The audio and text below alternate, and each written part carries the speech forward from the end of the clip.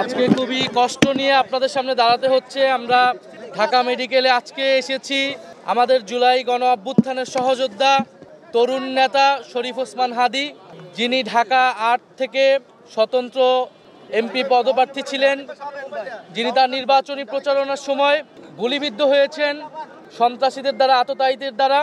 এবং যারা আমরা গণ অভ্যুত্থানে অংশ নিয়েছিলাম, আমাদের গণ অভ্যুত্থানের জুলাই যোদ্ধা, আহত, শহীদ পরিবার, তারা সবাই কিন্তু হুমকির মুখে আছে।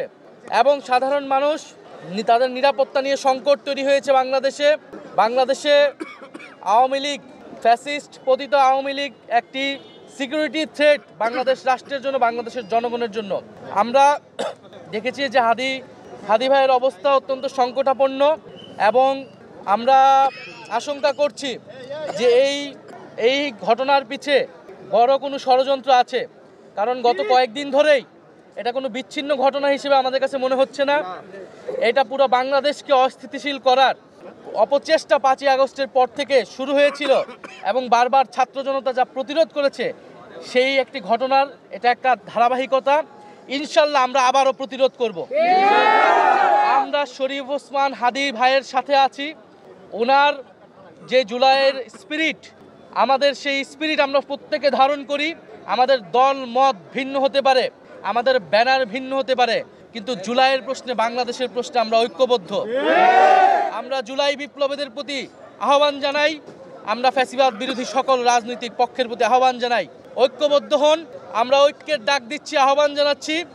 এবং এই ষড়যন্ত্রের পিছে, এই হামলার পিছে, এই গুলির পিছে যারা দোষী, তাদেরকে অবশ্যই আগামী 24 ঘন্টার মধ্যে তাদেরকে গ্রেফতার করতে হবে।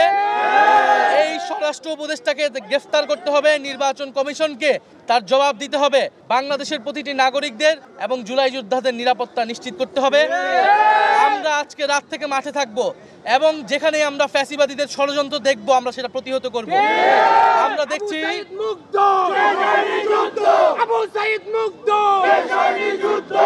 আমরা দেখছি প্রশাসনে ষড়যন্ত্র করার চেষ্টা করা হচ্ছে। আমরা দেখছি কোর্টে জয় বাংলা স্লোগান দেওয়া হচ্ছে। আমরা দেখছি বিশ্ববিদ্যালয়গুলোতে আওয়ামী লীগের টিচাররা গোপনে ষড়যন্ত্র করার চেষ্টা করতেছে, মিটিং করতেছে। আমরা এখানে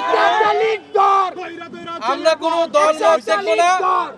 জুলাইয়ের প্রশ্নে আমরা ঐক্যবদ্ধ এবং নির্বাচনকে বানচাল করার, বাংলাদেশকে অস্থিতিশীল করার ষড়যন্ত্রে যারাই লিপ্ত থাকবে তাদের কঠোর বিচারের আওতায় আমরা তার শরীফ ওসমান হাদীর সুস্থতা কামনা করি, আল্লাহর কাছে দোয়া করি, প্রার্থনা করি এবং সরকারের কাছে আমরা জানিয়েছি তার সুস্থতার জন্য, চিকিৎসার জন্য সর্বোচ্চ ব্যবস্থা যাতে নেওয়া হয়